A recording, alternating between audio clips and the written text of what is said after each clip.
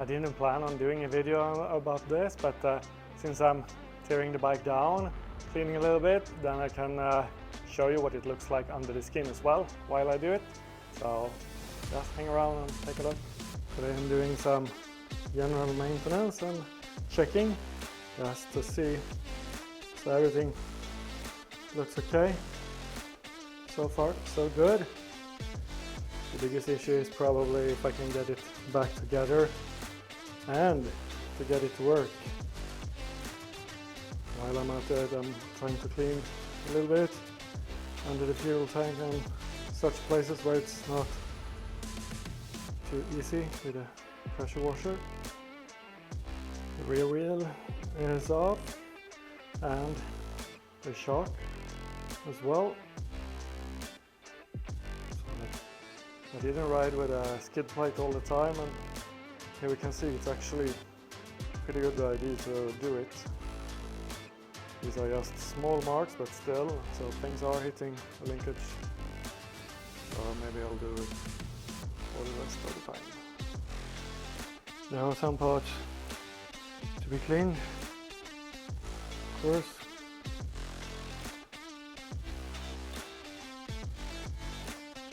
Up here the most is already cleaned, and this is what it looks like. I made a video about welds the other day, and now we can actually see a lot more welds.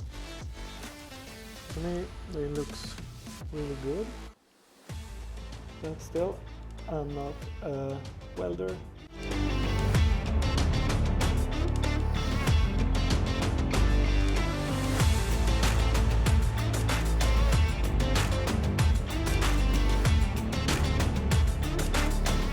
Okay, it's pretty stripped.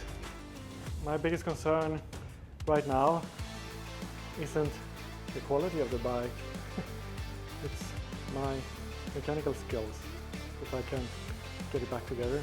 But I guess it's just to do it the opposite direction as I wanted to get apart. So, we'll see. This is as far as I go this time, so now it's just to start to clean the part and see if I can get it together.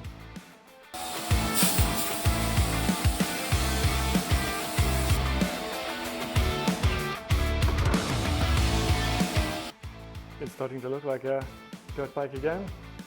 So far I didn't have any problems to put things back in its place. I hope, I think. Hope it will not be like when I was a kid and was doing something with moped. And I always got some screws, bolts, nuts, washers, springs, other stuff as leftovers. I didn't know where to put it.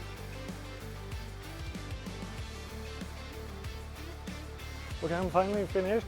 The bike is all together. I didn't get any part over or leftovers or anything like that, and it started on the first press of the button. So that was really nice. There are many things that are improved now. My best friends, new best friends now, are the torque wrenches and grease, a lot of grease, and the Loctite.